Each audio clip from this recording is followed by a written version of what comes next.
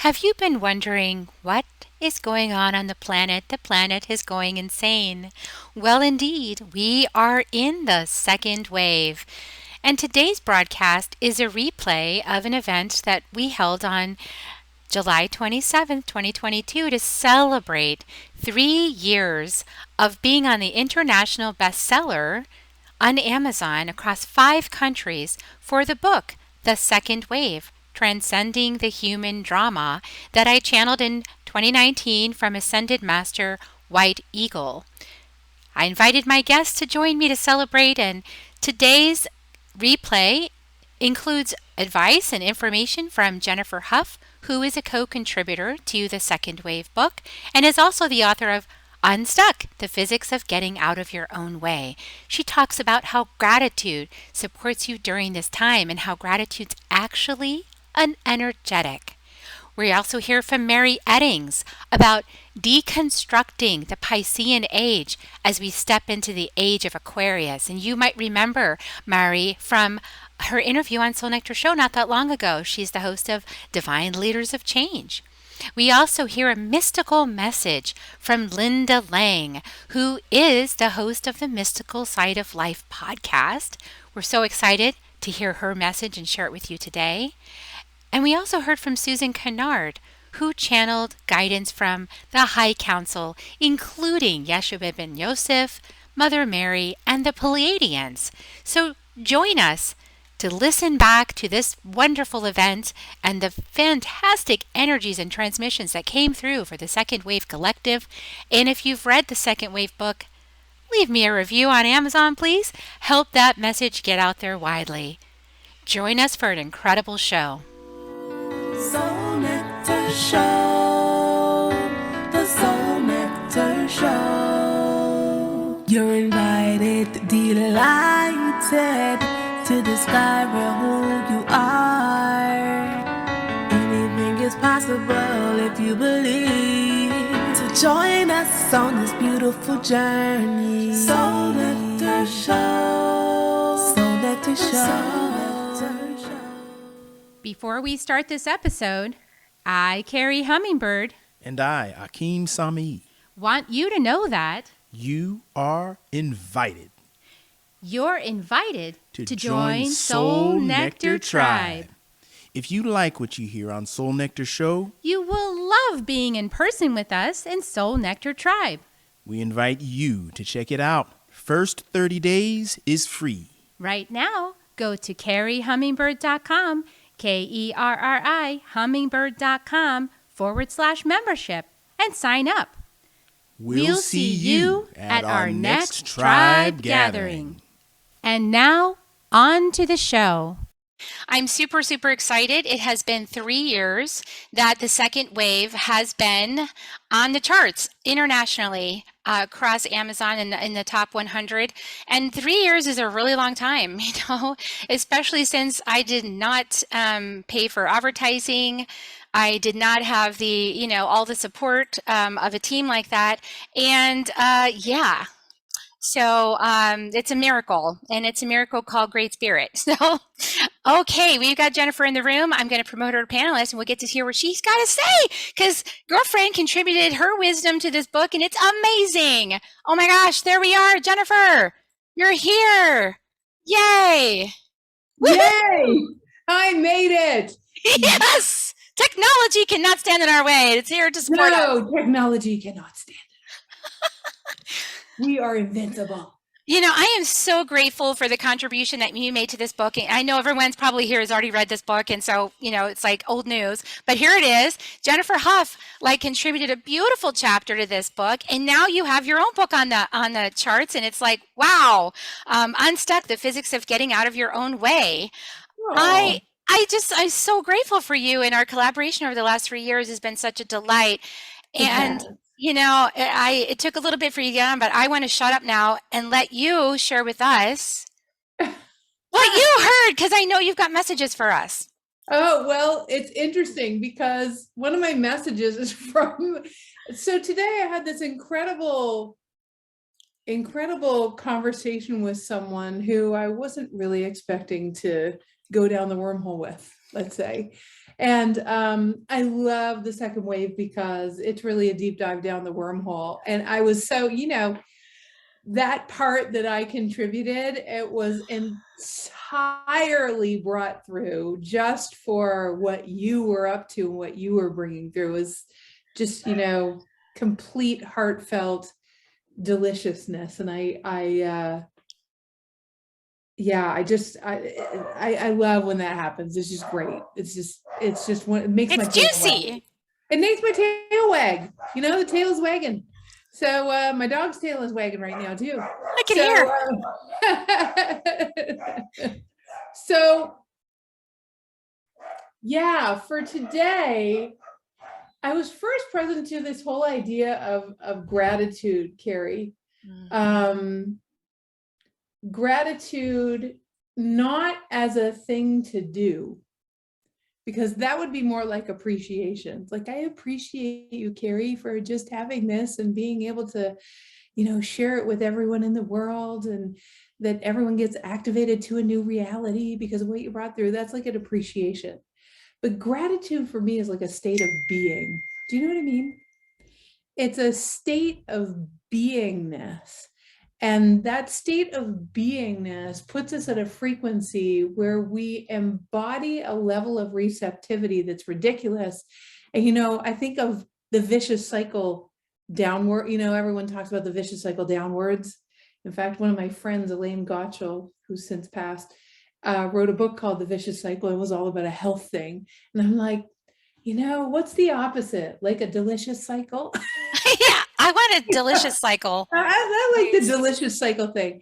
And what a state of gratitude does, rather than an act of appreciation. I think that's the distinction. I just wrote something on my page about this, that it's really about, I just kept, I had a business meeting, had a couple of clients, and I just was feeling a level of gratitude in my heart that was not because of any one thing, but absolutely as a result of a frequency I just dropped into. And gratitude, I feel like, is just there waiting for us. It's not something that you have to do. I think the state of gratitude, it's like a blessedness or a blissedness, it's just waiting there. It exists. And we're either tapped into that state or we're not. And we can actually embody that state. And it causes that, instead of the vicious cycle down, it causes that delicious cycle up, right? And so as I was thinking about coming on today, I've been feeling all day this delicious cycle up, and it's because we're moving into another time in our history.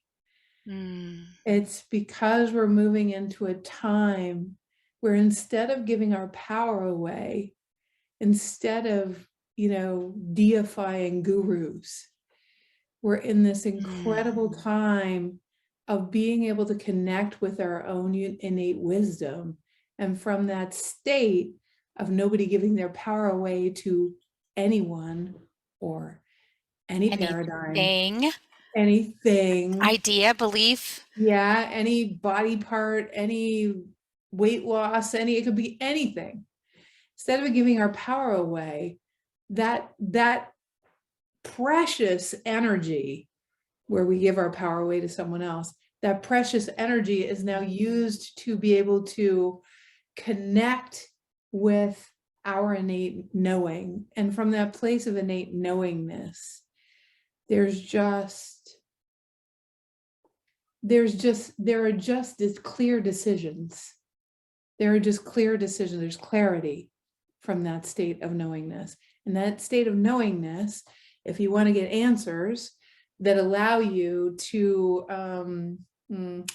live at the frequency of bliss. See, most people run around looking to be grateful because they want to change their state.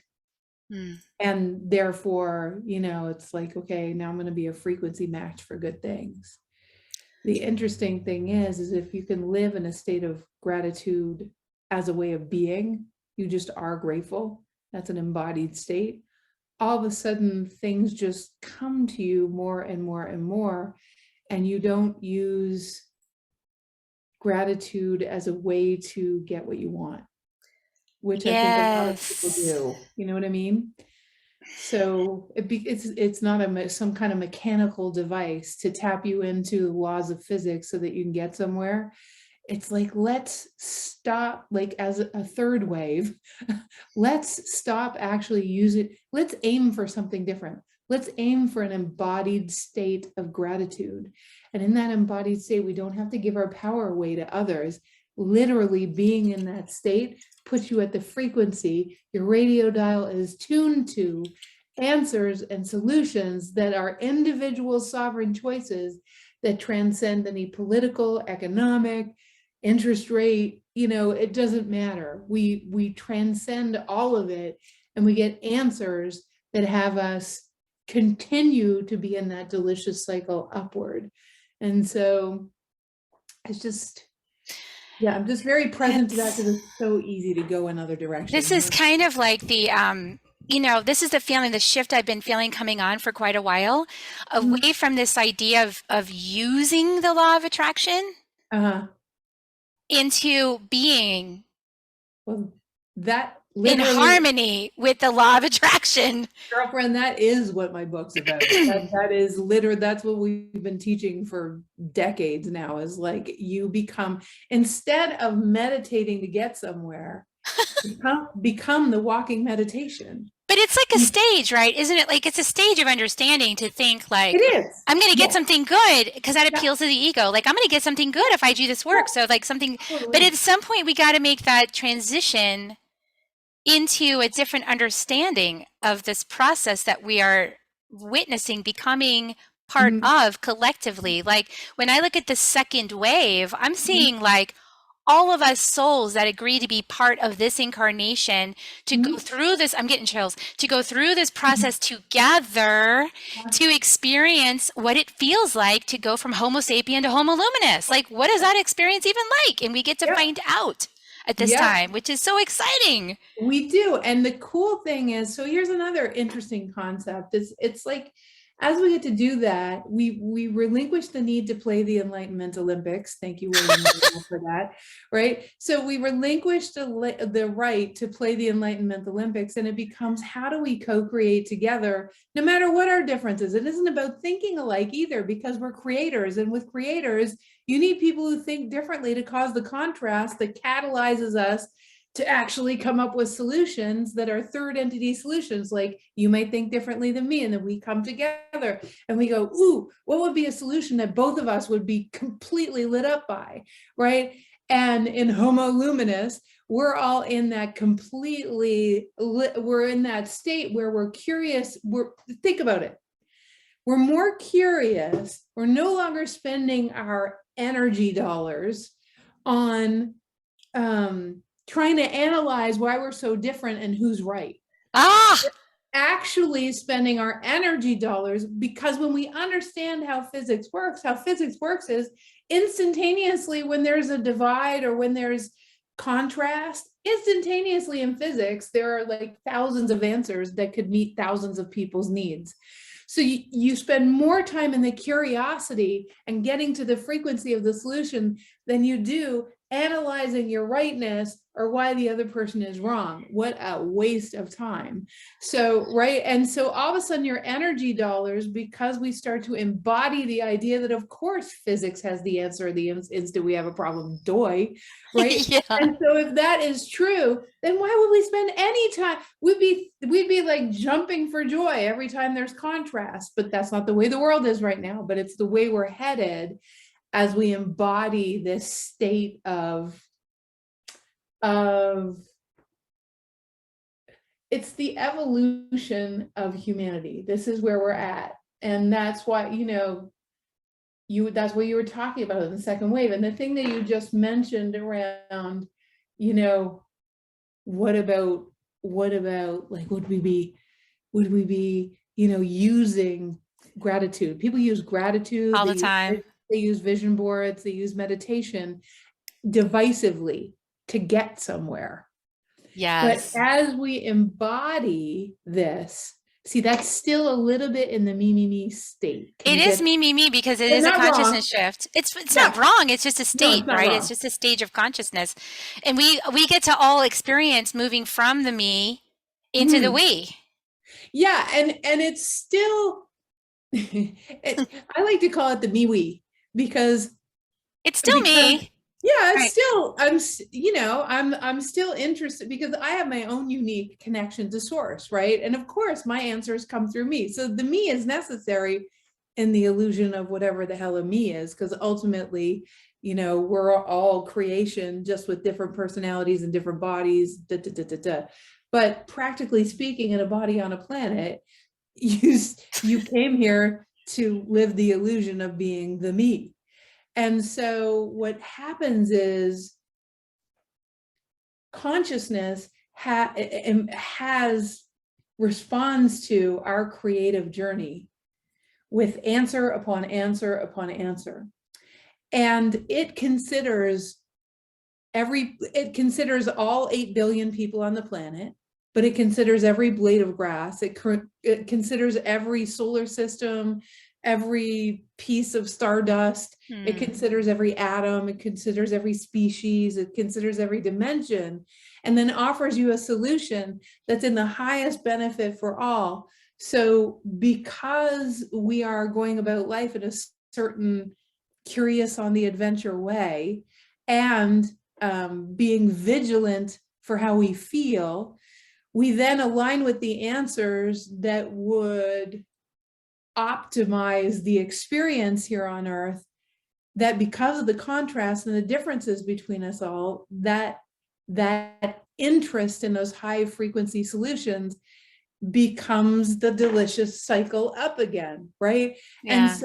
And so it really is an amazing time to be alive. It doesn't feel that amazing if we want to actually notice differences and create evidence for righteousness.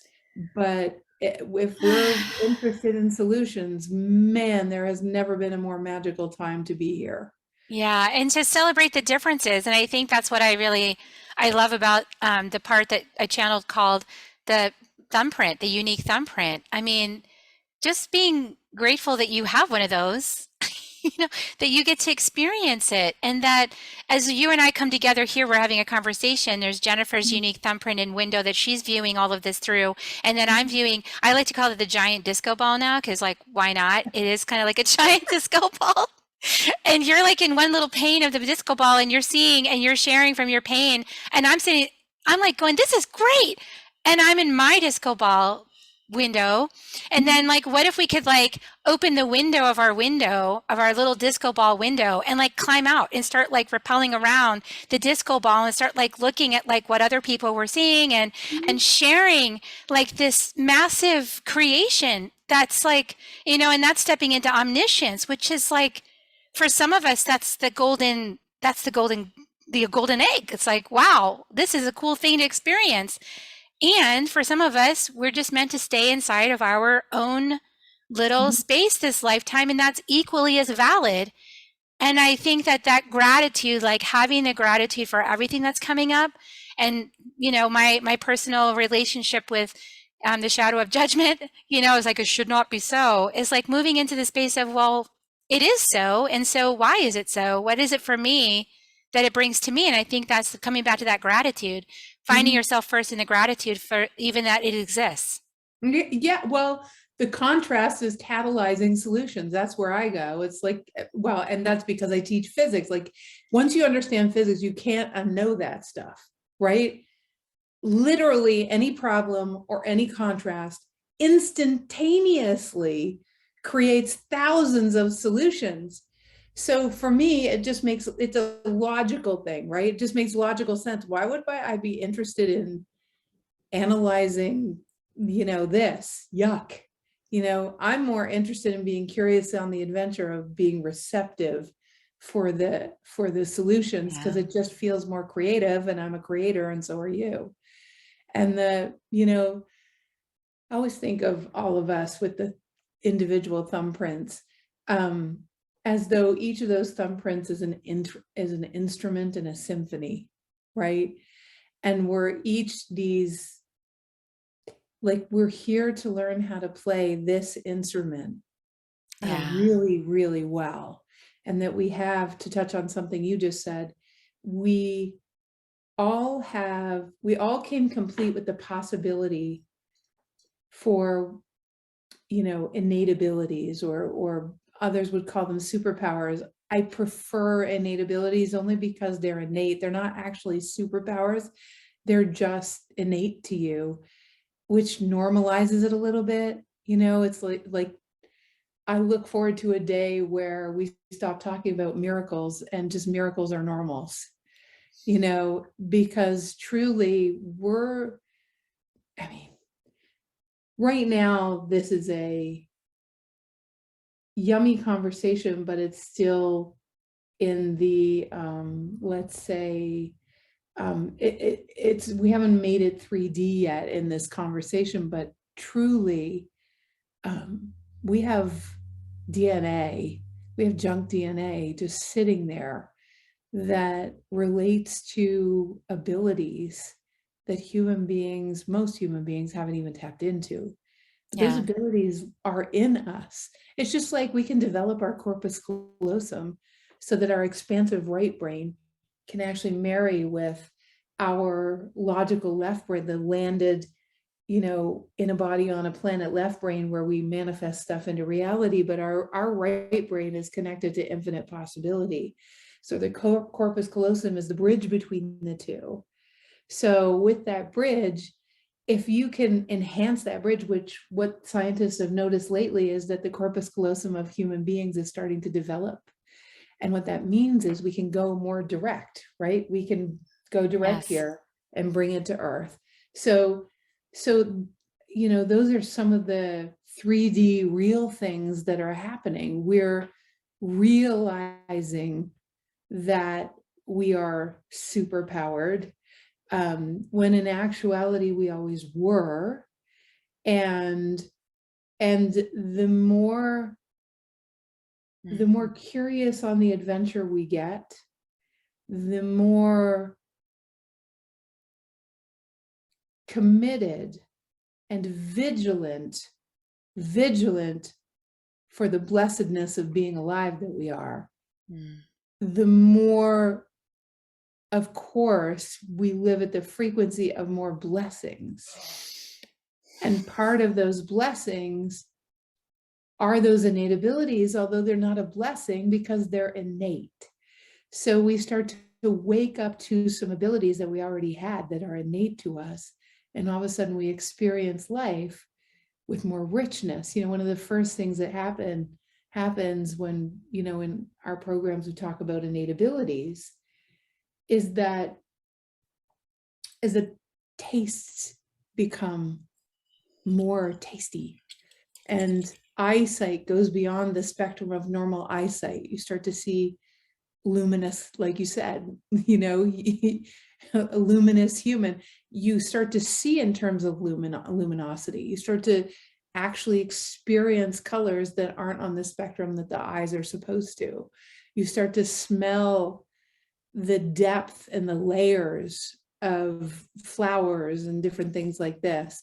The feelings you have with your hands are, which many people here probably feel, but the energies that you pick up from others, that you can feel, and also and the emotions and the beauty within someone, the layers of that. So it starts to deepen your dimensionality, and the richness of life is available to people who get curious about the evolutions in our actual biology to be able to live that way. And as we do that, what happens is simply meditating to get somewhere or being thankful to get somewhere becomes incredibly uninteresting, right? It's not that it's wrong, it's just part of our evolution. It's a step, but it becomes uninteresting as we realize that there's a whole other level of this. And for me, Carrie, what happens is as we embody all of this is we go to a place where creator consciousness, we came here to create. We came here to enjoy the evolution caused by the contrast. We're not trying to get rid of contrast. We're not trying to be happy all the time, because that is just not what you're going to do when your pet dies. You're going to be sad. Things are going to happen.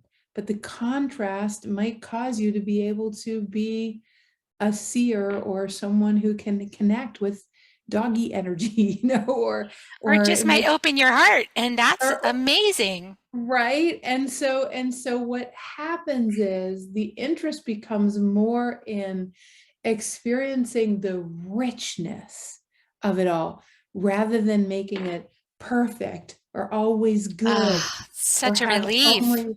Only pleasant things happen. It's richness we seek. It's the richness of the human experience we seek. As long as we're still focused on, I just want to have good things happen. I just want to ascend to a place where I never had anything bad happen to me again. Right. And it's like, yeah, good luck with that. How about you become an incredible bridge builder, and the time you spend in upset becomes minutes or hours as opposed to days, weeks, and years, right? That's a good aim, because anyone can do that. So, so it's just a tweak, It's a tweak. It's a tweak. It's like richness, enrichment, focusing on enrichment. Yeah. That's gorgeous. I have that in my chart, by the way. So thank you for that. Oh, you're welcome. It's like a 10% step to the right. It's not like a 180. No. It's a middle ground. It's a middle ground. Yeah. We stay in the middle ground, and the gene keys that I study is you stay in the middle ground, and that's good teaching. We're in between. Yeah. And that's fun to be there, kind of, most of the time. And if it's not, then that's still fun, because at some level it is fun.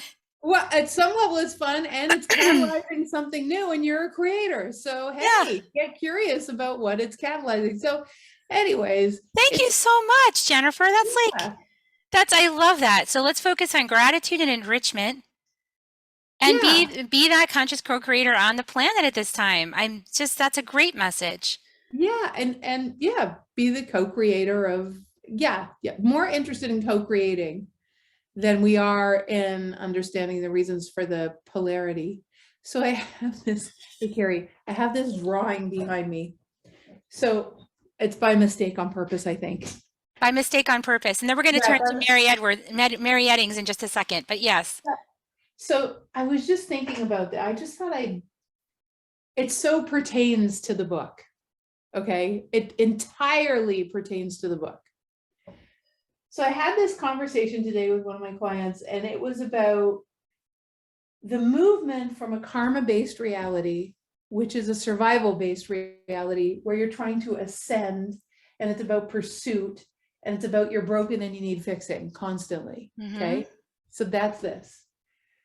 Up here, the thriving operating system, this is where we're moving to that state of embodiment.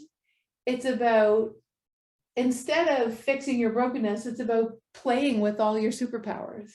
Instead of the pursuit and achievement in this lifetime, it's about infinite lifetimes. And if you have infinite lifetimes, you get to play.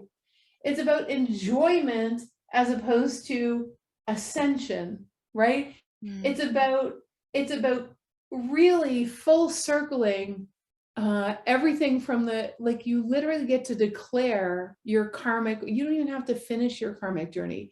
You just get to say, I'm not even interested in playing that game anymore. Mm. So I just wanted to. Oh, that's gorgeous. I'm just not interested in playing the game. Oh, done with that game. Done playing Monopoly. I want to switch to a different game now. Yeah, I'm going over to I don't know, what is it? Scrabble or hopscotch. Painting or singing, hopscotch, or any other game, something else. Right. Played this one out fully. Yeah. So just like as a little, when we're talking about waves, right? That's a wave. That is a wave. So gorgeous. There you go. So anyway. Well, I love you as usual, Jennifer. Thank you for taking the time to be with us today and bringing your insights and your wisdom. Love you so much. And I'm going to release you from the space, and I'll talk to you soon. Love you, separately. Girl. We will. Bye. Bye. Okay, and I'm going to bring in Maree Eddings, who is now here. We're a little off schedule, but maybe we're on schedule. Maree is an energy sensitive change leader and an energy healer who is on a mission to expand the energy consciousness of the world through her training programs, Divine Leaders of Change Sister Mind and the Energy Academy. And she is the host of the podcast, Divine Leaders of Change. Welcome from Australia. Woohoo! Representing. Hello. Thank you so much for having me here and inviting me on. Oh, I'm so delighted to have you share your wisdom with us today. And so I know you were listening to Jennifer and, you and I have talked, we've shared on each other's podcasts. What are you seeing right now on the planet? I mean, there's a lot of deconstruction of the old reality and stepping in, and give us your wisdom and your insights. Thank you. Firstly, I want to say congratulations. Thank you. On a fantastic book and the last 3 years. I mean, the book is amazing. If those are watching who haven't read it, please go and read it or listen to it. I'm listening. Leave a review. Yeah, listening again on Audible, and it is brilliant. And the fact that it was written in 2019 before COVID is just, I think that is the theme of when we're moving to the Aquarian age, a reminder that often we're told that the future is coming. The future is here. We're in this moment now. And what I love about the book, it brings that really to life, is that this is not something that we're planning for. This is not something that we've been reading about in books for years and years and years and years and years. We are in the moment now. We are the people that have come here for this reason, to participate in this wave. And so thank you for writing it, and thank you for having the beautiful wisdom and guidance and courage to actually put those words on paper for us to all to experience. Thank you so much. Thank you. I outed myself as a rainbow sheep when I did that. So, woo, tobacco protection, just in case. So I'd like to stay on the planet through this experience. Yeah. So tell us, what are you seeing going on in this deconstruction? Because it's certainly intense for many people I've heard from, and definitely I've gone through my intensity with all this deconstruction. It's quite interesting to experience it on the inside and then to reflect it out there in the world too. Absolutely. And so we are moving from the Piscean era into the Aquarian era. And if you could have two opposites in what they stand for, like these would be the polar opposites of each other. So the Piscean era, and I like to think about, what Nikola Tesla talks about. If we want to understand the universe, we need to think in terms of vibration and frequency, because that's all that the universe is made up of. And then we represent that and we change that vibration, specifically as humans, depending on the consciousness of our behavior. And so the Piscean era was very much about the behaviors of judgment and comparison, competition, denial, victimhood, and we represent that. And if you've been doing any sort of development work, or you come to sort of your wisdom, what we find in the Piscean era, we just do those behaviors less. So we think about judgment as a behavior. When we judge less, we feel more calm. Our physical body responds to that. We feel more clear. And when we judge more, we don't. And so in the Piscean era, we go up and down this hierarchy of doing more or less. So if the Piscean era was a direction, it would be vertical. We think vertically. We have a hierarchy where we compare so that we feel where we are in the world. If you look at the architecture, it's an erectile jungle out there. My tower is bigger than your tower. Who has the biggest penis, right? Yeah. We went up. And if you think of the architecture before the Piscean era, it was ornate and it was wide and it used light beautifully and it brought in nature. It was very part of the world, whereas the Piscean era taught us to be separate and divided. And so we're conditioned to think that way. And we think that power is about more separation and more division. And if you, again, think about architecture, it's not about light or beauty. It's about separation. I'll be taller than you. I'll be bigger than you. I'm going to block out your light. I'm going to take over your space. That is the behavior that we're all conditioned to in the Piscean world. We think that information and intellect actually gave us more. And in the Aquarian era, the direction is actually horizontal. There is no vertical plane. And it allows us to then have greater responsibility for our behavior. It actually wants consciousness to step up because it's the era of light. And light is about space and independence. It's all through our heart chakra, which is all about space and independence. And so the responsibility stops being about the structure and the systems and the people above us in a vertical plane, and comes right back, as you talk about in the second wave, to us.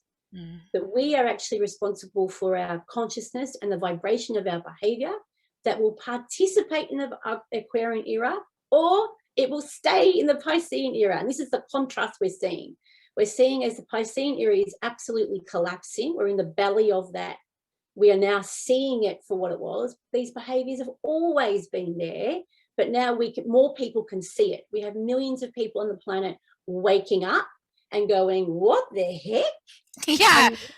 I'm not sitting here in this pew anymore. I'm getting up. I'm leaving. I heard people leaving churches and like, I'm out of this. I don't know what this is, but something in me says no more.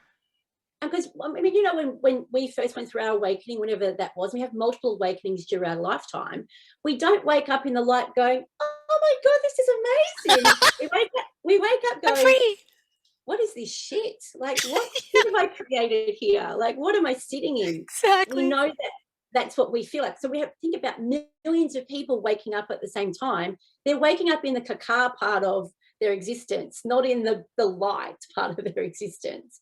And so we feel this contrast right now because we're looking back at them going, yeah, like, hello, where have you been? But for them, they're starting their journey, which is great.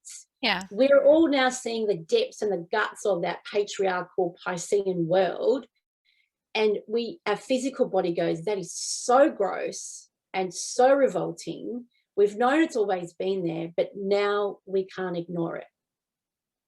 And what you talk about in the book as well, like, we're not all going to wake up at the same time. We're not all going to be here on the same journey. And I believe, and I think you and I have had this conversation before, we're not all meant to. Right. So I do believe the people that will hold on deep into that guts of the Piscean world and don't want to move, which we are seeing now, trying to get more control, more power over, taking more resources from people, because that's what the Piscean era is about. If I take your resources, I have your power. Those people are meant to be there so that we, the people that know that they're here to build in this new consciousness, will actually do it. It's that grist for the mill. It's like, oh, I'm annoyed enough that I'm going to sit up and do something. So as an example, my just judging less is no longer good enough, because in the Aquarian age, in the vibration of the Aquarian age of light, there's no room for judgment. Like, we don't have space for judgment. And so physically we go, hang on a minute, like, I don't know how to do that. But if we step into that vibration and we move into the conscious, which we do know, like, if we think about the wisdom that we have, that we know about, the Aquarian era is about us being our wisdom, about living in our wisdom. What Jennifer was talking about before, it's about not having gratitude, but being gratitude, the walking meditation.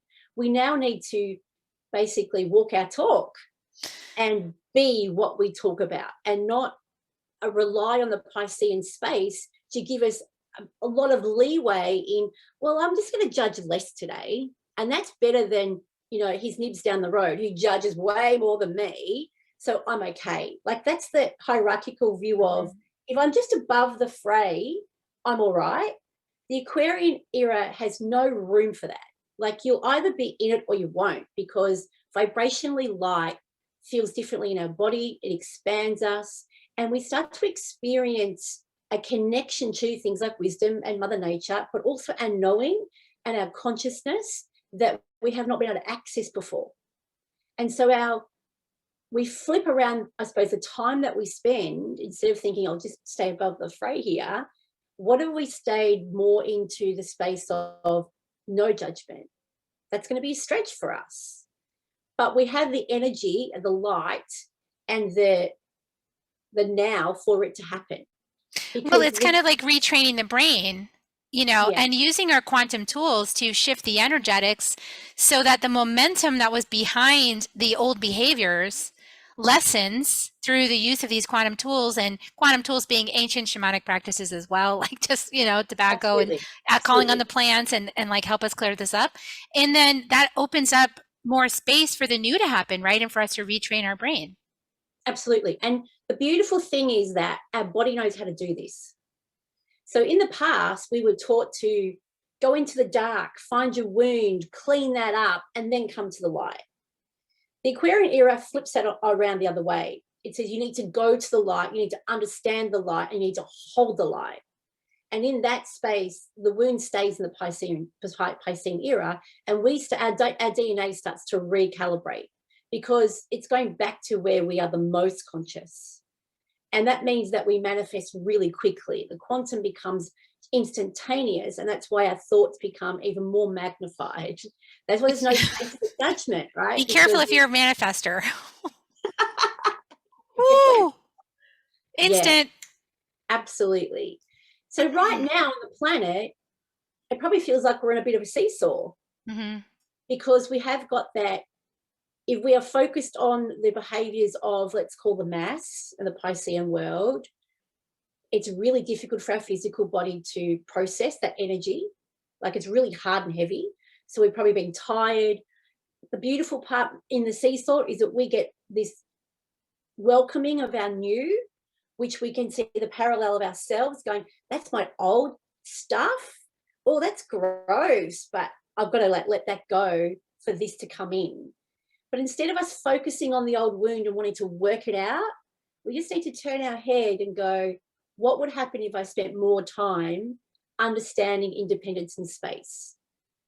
And or rewrite it in the field, right? Like, revise the story, rewrite the energy, transmute the energy, and all of this has to do with identity. Yes. So like the identification, like if you're identified by your wounded story, and then that's going to lock you with cement shoes down in the Piscean age.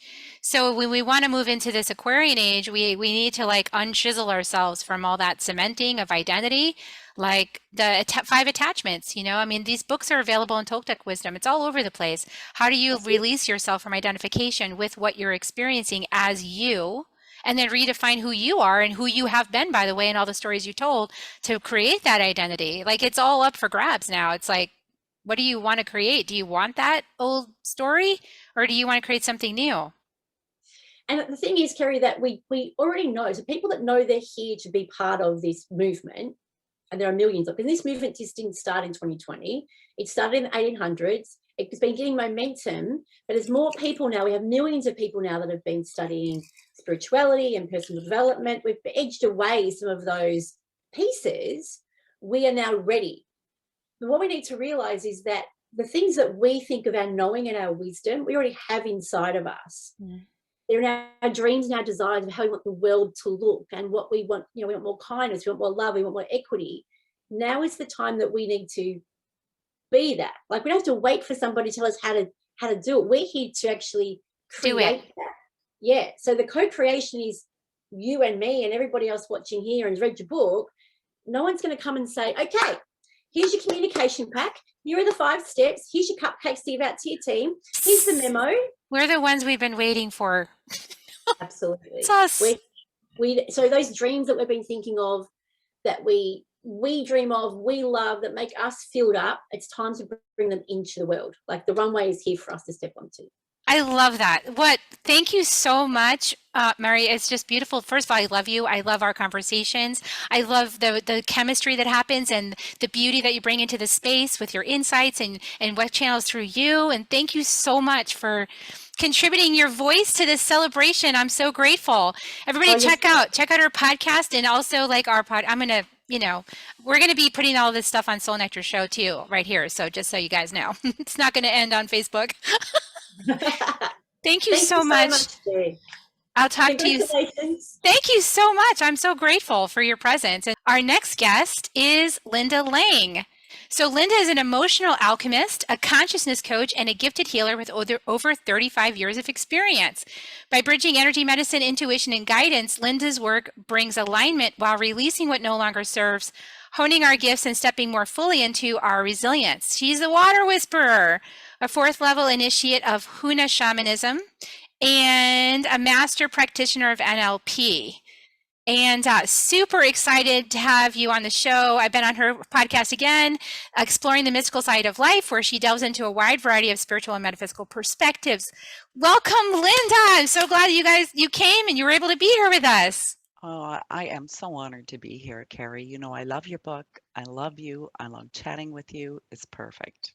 It's awesome. When I reached out, it was like instant yeses. You know, that's kind of how it works with the people that are meant to be here. You get the insight, and then there's the instant yes. And you're like, oh, okay, that was easy and graceful because, you know, that's what it's meant to be.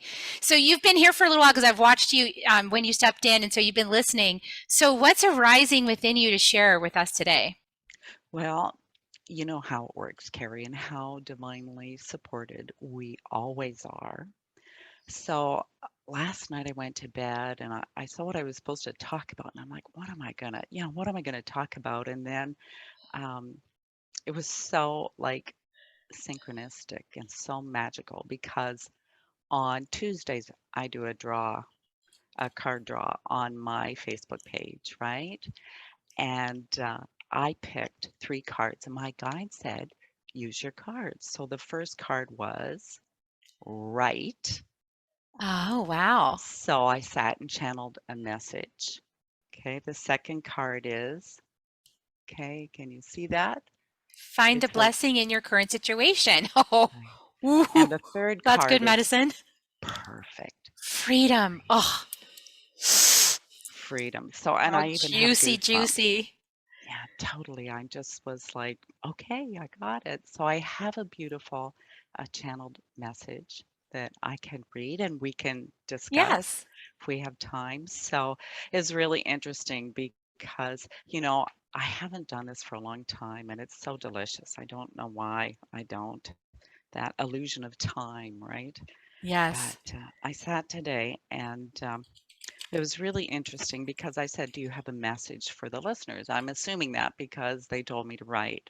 So they said it's best if you ask a direct question for each listener may have need for a message intended just for them. Carrie's event is meant for the collective, so please ask a question that is relevant to all. So I asked, how can we best ride this wave of transformation? So this was the response. Find the stillness within and anchor yourself to it.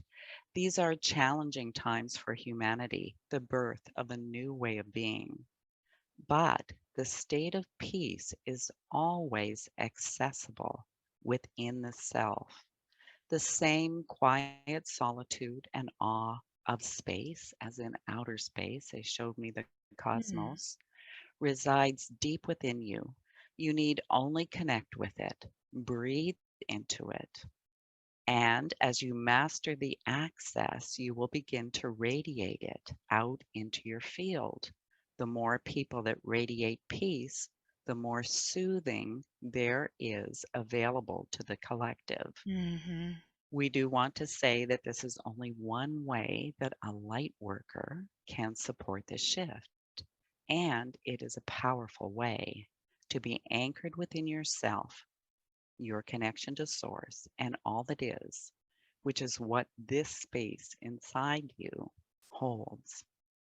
And to radiate that sense of centeredness, trust, and peace is a great gift you give yourself and others.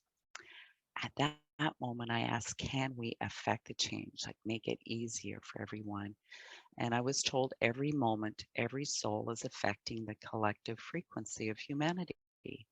It is a bit like a spinning top, always seeking balance to remain upright. The greater number of souls radiating light and higher vibration states and emotions like peace, love, faith, the less resistance there is in the field to change. The last thing I'll share is I asked specifically about the second card, right?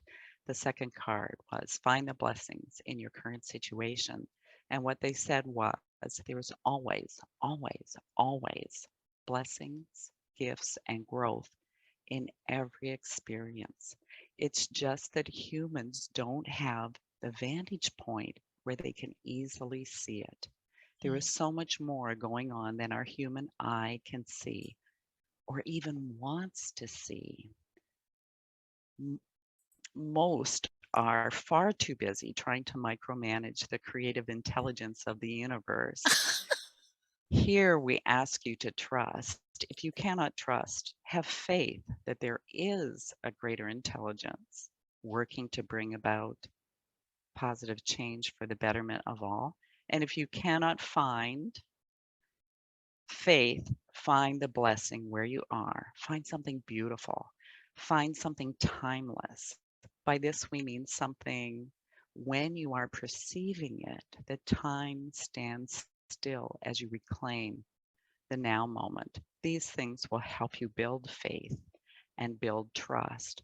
And this will bring freedom, the third card, of being sovereign of your energy. You will have strength and be centered within yourself as you witness the change around you. And I just thought it was like perfect.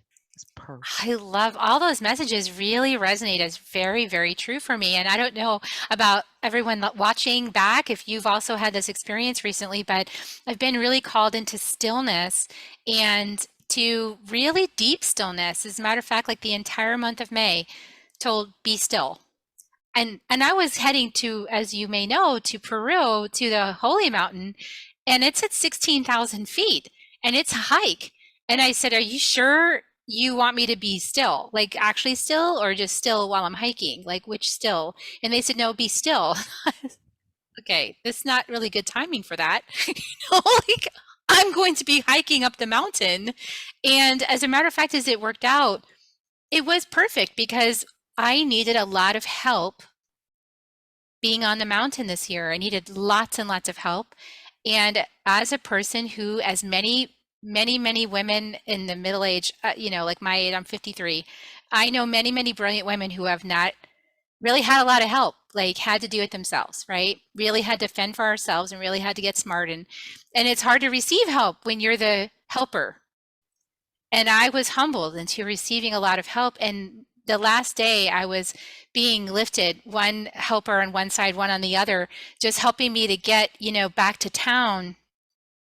And my tears were just streaming down my face in the recognition that this is the medicine, to ask for help and to receive it and to lean on each other, to really work together in this and to be so much less of this idea that we need to do it all ourselves. So beautiful and so true. I mean, we really do. We think we're that island, and yet we're not. We do need to reach out, support each other, give and take, right? That's right. Yeah. Well, thank you so much, Linda, for bringing this beautiful channeled message. It really spoke to my heart. Is there anything else you want to share with us before we bring on our next guest? Susan Kennard is coming up. So anything else you want to share before we go there? The only thing I would like to share is that I know I've been saying not just the people that haven't done a lot of personal work, really kind of going through a lot of stuff, but I see a lot of spiritual people as well. So if some things are coming up for you, I would celebrate it because it's coming up to be brought into the light, and you're helping clear your stuff, raise the vibration. You're helping in a very important way to create more momentum in the shift that we're in. Beautiful. Thank you so much, Linda, for being part of this discussion and contributing your energy and your wisdom. I look forward to our next collaboration and get to share time again. And I'll release you now. Perfect. Back to the attendees. Okay. Thank you. Bye, sister. Bye.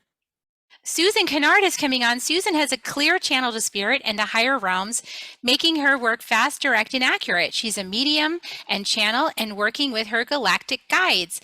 She channels, tones, and speaks like language to help others heal their heart field, allowing them to create and manifest more easily. She is the host of the Spiritual Awakener podcast. And again, we have traded podcast. Welcome, Susan. I'm so glad you're here from the UK.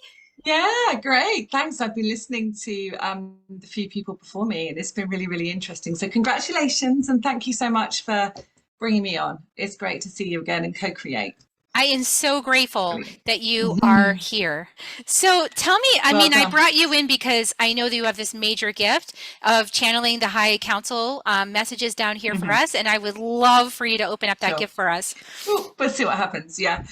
What I wanted to say first of all is I was listening to everybody else, and I was thinking about how are things shifting, you know, with our consciousness and with the universe. And I got this card, which is abundance, and it is the central sun, right? So when we think about the central sun, for me, I think about true creative flow, okay, and true light coming through you. And one of the key things that I was just listening to your previous lovely lady was actually that I do believe right now that the more accessing of these parts of us that had events, had things that happened to us. As you know, I'm a trauma specialist and I work with that. But essentially, all of these parts have dulled our light. And so they're little parts that we didn't see before that are coming up because every single person is shifting and bringing in so much more light to the planet. And so what I've seen definitely in my clients and in myself is that there are these little bits that we just didn't expect.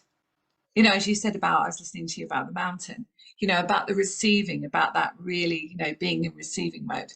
And then when we're in that receiving mode, as you know, our connection to our helpers, to our council, to all of these beautiful beings that work with us is just so much purer and clearer. And so therefore, then we are guided. And this beautiful card of abundance downloads, I really, really do feel that we are in this regeneration and we are creating incredible, abundant lives when we are aligned to our true mission. And so let me see, let's see if there's anybody who wants to speak. I'm so excited. I'm sure there is. I'm sure there is. I'm sure there is. Okay, so let me just ask, first of all.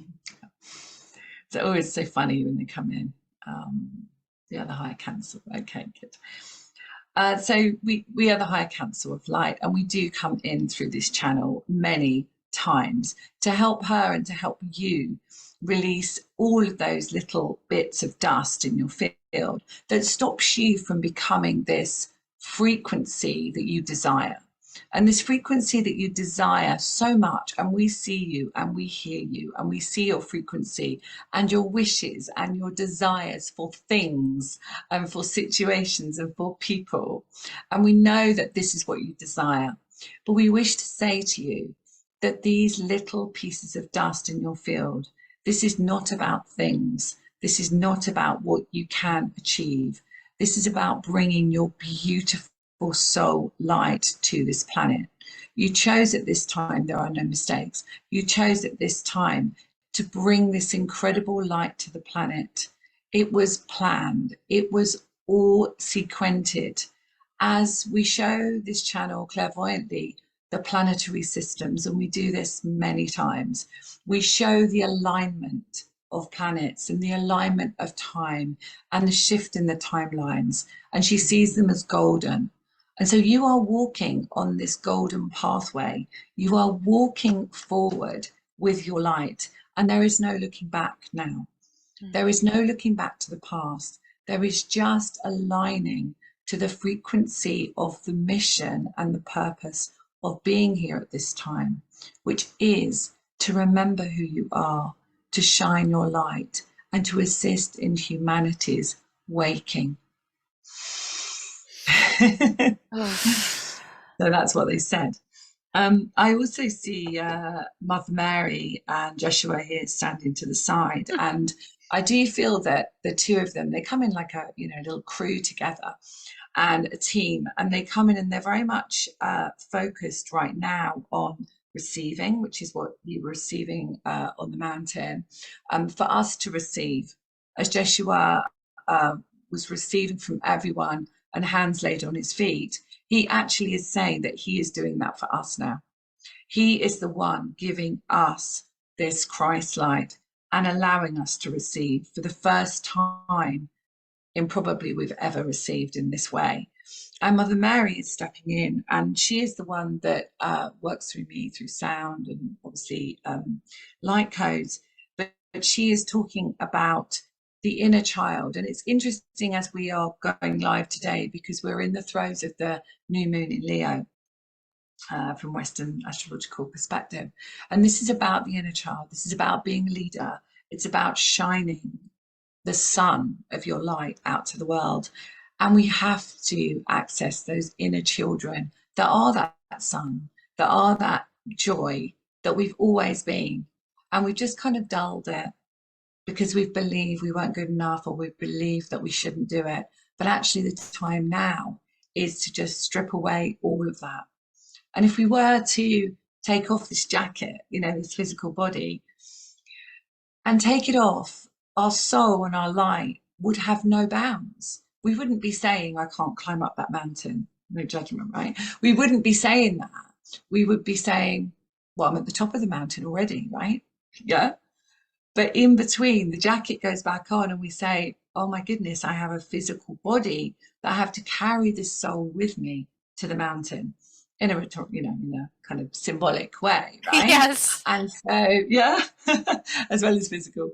But in a symbolism, you know, we need our beautiful beings with us to help us and assist us on this journey. So to reach out to them is really, really important. And they're there to help us heal these parts of us. It's almost like nuances. You know, we've done lots of deep work. People listening to this will have done a lot of deep work. We've been on this journey a long time, but we've still got little nuances that come up for us to acknowledge. And as one of your ladies said before, take responsibility for what we are actually experiencing. Yeah. So that we can actually heal it, release it, and say, you know what, that was then and this is now. And I'm here for a really important reason. And it's really important that I have fun doing it, and joy and lightness. And I am that child within. That's beautiful. I love all that. And I have a question. Are they open to a question from me? Of course. So my question is, there's, at least in the United States, there's a lot going on in the United States around religious freedom or freedom of expression or freedom of your own individual path. And I know in White Eagle's teachings, he channeled, I channeled that there is a unique thumbprint. And so every soul's journey is unique. It's a thumbprint journey, and there's not one right way to do it. There's actually every soul's path, but there's a different understanding happening out of the religious constructs that have been created in the United States. And so there's people that are really, really attached to those ideas and are sort of like crossing boundaries to enforce them on other people. How do you feel, what's Yeshua's especially recommendation for how to, like, what message can we bring? What sort of, obviously, compassion, but what kind of, you know, what kind of message can we share? Because they're already asking me to go to these churches, and I'm like, what do you want me to say? So I guess I'm asking through you. Yeah.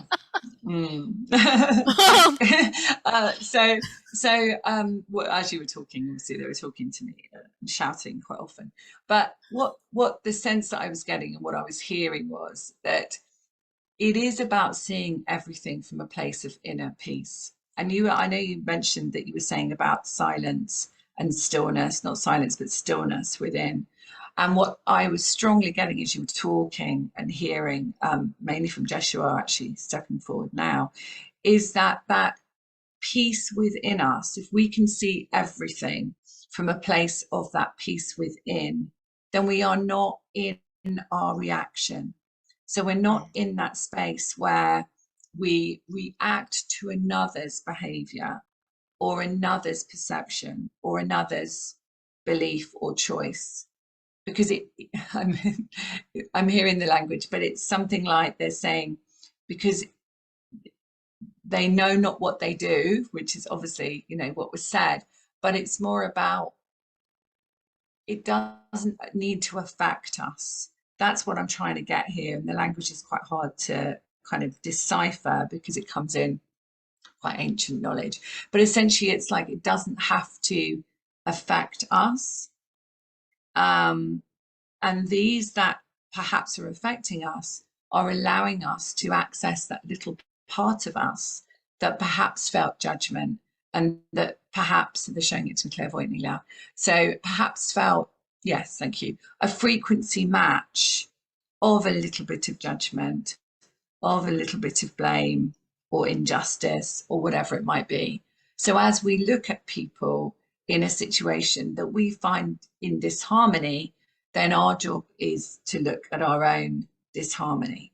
And so what he's really saying here is, it's the peace part, the still part, and the messages in the present that we need to access. So whenever we see, thank you, whenever we see a situation that we find difficult, or we want to change, because that's obviously never our job, right? So want to change somebody or want to change a situation, and we find it really traumatic or difficult, then our question is, what part of us, maybe what event, what situation, what part of us is actually feeling that pain? And that is our healing journey, to find that peace within. Yes, and I'm also seeing in my own journey that this is also ancestral, so there's just pieces that, because we're embodied inside of, we have ancestral DNA in us, and so Sure. these are pieces that come up for healing, and yeah, and are triggered in this time. Yes. So triggered in this time, not necessarily from this time, but triggered in this time that we've brought in to do that. And that's why, my galactic healing chambers are really cool, because those kind of things get healed within the chambers, because we don't know them. Half the time we don't know what it is that's triggering us, because we brought it in with us, maybe, from lifetimes before, but also it's been triggered in our childhood. And that's all perfect, but it's just now that doesn't serve us. Right, acting So from yes, that place. see the So world with love. getting still and coming into reconciliation with the energies that were like match that caused a trigger, Yeah. and then working And through it using your regenerating tools. it. Mm-hmm. Yeah, using our tools, but also looking at, the whole thing of taking responsibility for what you attract in your life Mm-hmm. and how you feel about that. That's key. I heard somebody else speaking about that, like taking responsibility. And actually, that is where it comes from, where you're not judging yourself. You're not saying, oh my God, I'm awful because I feel this, or I've done this, or I've treated someone badly. You're saying, actually, I'm going to give myself that compassion. So I'm so sorry that you weren't heard at that time. I'm so sorry that you weren't, held. I'm so sorry that you felt you were wrong, that kind of thing. And we don't really know how old that child was, and we don't know what part of us it was. But we can say that to ourselves. And so that actually gives more peace within the heart. That's beautiful. So is there any last words of wisdom that want to come through from the from the guides? Love it. Love it. I know, I love it. Yeah, thank you. So this is the Palladian Collective, and usually, and they're very polite, and they come through and they say, we are the Nice Dimensional Palladian Collective, and we are very pleased to assist you with this question. So they come in, and obviously they normally come in with light codes and sound, but what they're showing me is that the balancing, thank you, the balancing of the heart energy. Now they are working with us with this. So they're releasing the resentment frequency, which is the resentment of being human, thank you, the resentment of mother, the resentment of anything, but mother is Mother Earth, right? Gaia. So the resentment of mother frequency has to be healed, thank you, so that we can balance that divine masculine, divine feminine of receiving and giving, and have that within our heart. And they show this to me as, so if anyone listening to this wants to receive this, it's sort of like a turquoise sparkling light that's coming into the heart now. Yeah, they're coming through. So they're just placing this. Shall I bring the tone through for everybody? Yes. Yeah. Please. Okay, one sec.